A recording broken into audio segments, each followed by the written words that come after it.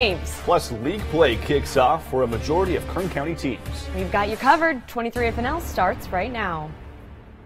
You're watching Friday Night Live, brought to you by Kern Schools Federal Credit Union. Together, we have something special.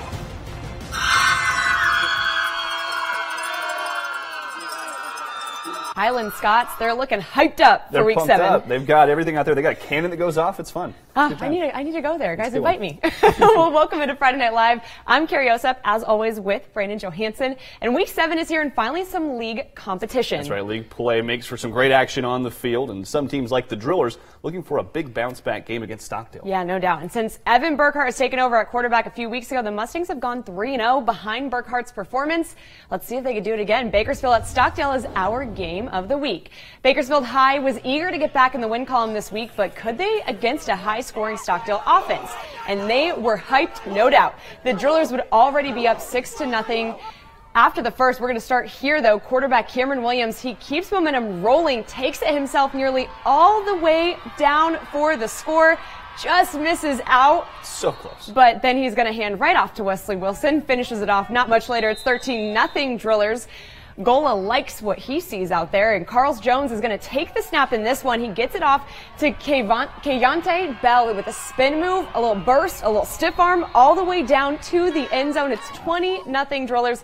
Bell again, this time as a receiver, but still with those video game moves, high-stepping his way out of 2 defenders, and he breaks free. Bell came into tonight's game with 119 rushing yards. Definitely boosted those numbers tonight. The Drillers, as usual, enter league play with a bang, winning 40-7. And another battle, Brandon, tonight in the Southwest Yosemite League featured 2 teams who have shown out against other Central Section opponents, Centennial and Liberty. Yeah, of course, the Patriots, they boast a very solid running game. Yes. But their run game would be on display, but so would their passing attack and their defense. Patriots taking the field and welcoming in the 4-1 Golden Hawks. First play from line of scrimmage for Liberty. Hector Gonzalez drops back, lobs one to Ramon Henderson, who is wide open. Takes it all the way, gets Liberty on the board early. Sure, it's easy. Still in the first, the riot crew's pumped up. Gonzalez hands it off to Sammy Stewart Jr., who we talk about all the time. Finds his way to the outside, reaches across the goal line. Take players on his back. Absolutely, all the time. First quarter still, Gonzalez drops back, fools me here, and actually throws it to Winston Jounty, who takes it over 60 yards for 6. And watch this. He's going to slip, but he sticks the landing. So that's okay. That matchup went well, so Liberty, they're going to go back to it. Back to Jounty here. He puts some moves on the defenders on his way to the score. Liberty romps on Centennial to open up league play 55-0. Big scoring games, and all eyes were on BCHS last week with ESPN in town. It didn't fare well for the Eagles. They were itching to redeem themselves in their first game in the South Yosemite League up against West Vikings, attempting to go for a touchdown in the end zone.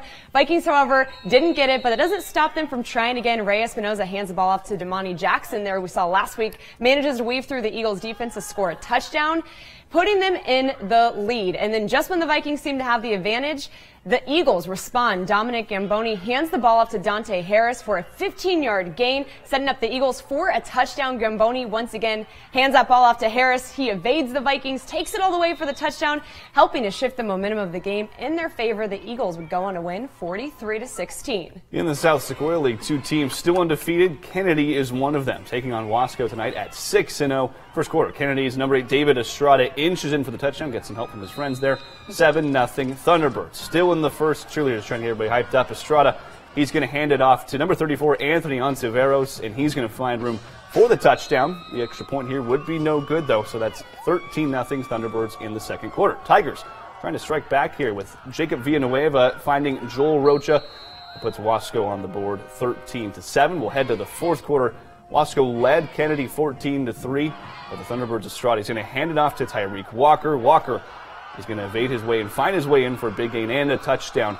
Kennedy remains undefeated. Congratulations to them. They beat Wasco 19-14. Yeah, way to go, Kennedy. Shafter's 6 straight wins have been by double digits. McFarland looking to make it more of a challenge for the Generals first quarter. Shafter quarterback Alex Aguilar hits up Jackson Sanchez, who pulls it down in the end zone. 7-0 Generals. On to the second we go, and little dancing. I like that. Aguilar again here, little fancy footwork, and he's going to sneak in to give the Generals a second touchdown.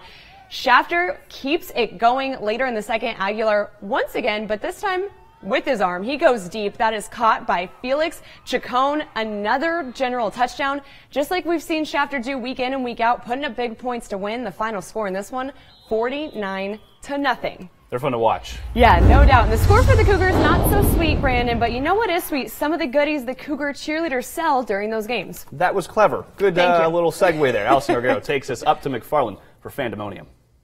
This week's edition of Fandemonium takes us to McFarland High School, where all of the clubs are selling different types of food. But I'm here with the cheer team, and they are selling baked goodies. Actually, the coach baked all of this herself. But as soon as temperatures are dropping, they're actually going to be selling baked potatoes. So get out here. There's so much great food for all the great fans.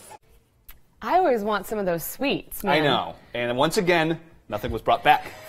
Constant complaints. We're trying to get on her. But guys, we got more action coming up. It's been a rough start for Frontier and Garces. Tonight, the Rams and Titans, they faced off as they look to get back in the win column. Plus, it's a battle of the dogs. Ridgeview taking on Golden Valley when Friday Night Live returns.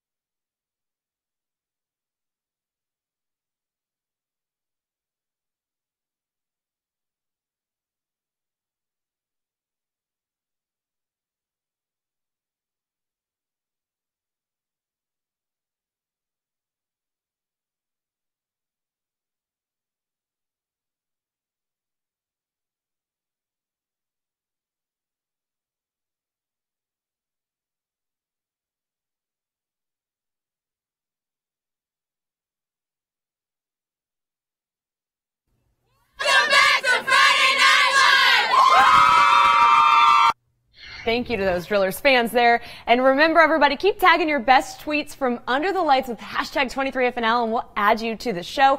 And we're going to take a look at some of the stuff we got here tonight. Of course, a beautiful view at Stockdale of the Stars and Stripes during their game. And speaking of Stars and Stripes, we're going to look at Independence. They're giving us a little tease to next week. They're going to be honoring the military at their homecoming game next week. And then, of course, we had some homecoming performances tonight, and this is 2022 putting on a performance during halftime, and 2022 of Garces, of course. So from this, guys, we're going to take it right back to the action on the field. A Southwest Yosemite matchup featuring two teams who struggled during the non-league slate. Frontier in Garces it is, and the Rams are coming off the toughest non-league schedule of any D2 team. Joseph Campbell finding Daniel Tobias here to get the Rams near the end zone. And then from one Tobias to another, Nick Tobias here runs it in for the first touchdown of the night. 7-0. They wouldn't get the score up until the third quarter. But then Frontier trying to show off some tricks. Dustin Mantiano passes to Colton Baker. And Baker's going to toss it to Clayton Kyle. He gets some yards on that, but no score. Frontier gets the ball back later. Another shot here, but Isaiah Bell is there to shut it right down. Gets the interception and returns this one for a pick six. The Rams, they sneak away with a 14-7 win. Well, the 2018 season for the North High Stars is looking pretty similar to last year when they started the year 3-3 before going on a big 6-game winning streak. Coming into tonight at 2-3, this version of the Stars, of course, hoping to catch fire again. They need to start tonight against Highland. Highland's Nick Solis, he's going to get things going for the Scots here, though, as they come out of the tunnel early. He gets them on the board first with the touchdown. That makes it 7-0. Highland, they're pumped up. Second quarter, field goal by Scots Elijah Schwartz. That puts Highland up 10-0. Scots with the ball now, but it's going to be stripped by North here in that scrum. The nice little fight on top there, and look at that. North Chris Romero grabs it. He's going to take that, actually. He's going to keep going on that. The Scots now with the ball. Fumbled by quarterback Nick Actually, I take that back. That's North scoring. Now we're going back. Nick Solis picked up by North's Julius Mail for a touchdown here. The Stars, there it is. Stars go on to win 35-16. Ridgeview looking for consistency with big-time playmakers, while Golden Valley still looking for that first win of the season. We're going to pick things up early in the first quarter. Bulldogs in possession. Quarterback Roberto Figueroa drops back for the pass, and he's picked off by none other than Taj Wright. Wright shakes off a couple defenders before being downed at the 50. Yeah. He's so much fun to watch. I mean, always. We're just going to let that one ride out a little bit. To the next play we go, though. Ridgeview with the ball, and quarterback Justin Henzo hands it off to Sean Allen in the backfield. Allen's going to sprint past the entire Golden Valley defense and take this one to the house for the first touchdown of the night. Ridgeview leads 7-0, still in the first quarter. Ridgeview in possession once more. Henzo hands off, this time to King Ellis. What a name, King. He takes it around the end, straight into the end zone for another touchdown for Ridgeview. Ridgeview takes this one handily, winning 70-0 over the Golden Valley Bulldogs. We know what Dennis Manning's team is capable of. They have a lot of offensive firepower, and they finally put it on display tonight. Yeah, my gosh. I should play for that team, maybe, yeah, right? No kidding. You the want to sign me up, question Coach? is, will any of those plays make it into top plays? We'll see. We had a lot of good ones with league play started. Still to come, the top 3 on 23. You're going to want to stay tuned for that.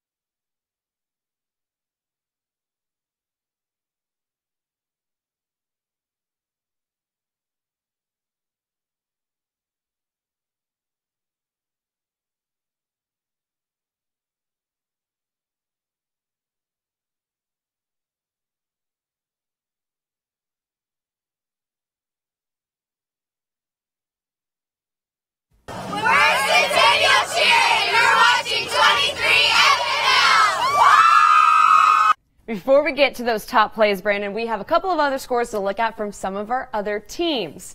Let's take a look at some of those scoreboards. Southeast Yosemite League Miramonte's winning streak would come to an end. The Lions lose to the East Blades 41-14, and the South Rebels, they beat the Foothill Trojans 28-14. Meanwhile, Independence, they're going to be able to roll past Tehachapi to a 27-6 win. Arvin holds serve at home, beating Chavez 44-0. Now to the best of the best and our favorite part of the night. It's top 3 on 23. That means our league play this week means big plays from our athletes, and it's number 3 to start it off. Justin Hinzo would find Dalen DeGraffenfried, who makes a leaping catch to put Ridgeview at the goal line. They'd score there and go on to win 70-0. Yeah, good night for them. Number 2, Winston Jounty. They had a big night too. He gets the pass from Hector Gonzalez, makes a couple guys miss. The Patriots, watch it right here. Get off me. They rout Centennial 55-0. Some big scores tonight, but the top play of the night goes to Keontae Bell. Keontae, I'm so sorry, Keontae, but you get this pass here, and you say no thank you to 2 defenders, high-stepping your way to a touchdown. Bell looked unstoppable tonight. He did. And I apologize because I got your name wrong, but hey, bud, you were doing great out there, so good for you. And thanks for watching Friday Night Live. We'll see you next week.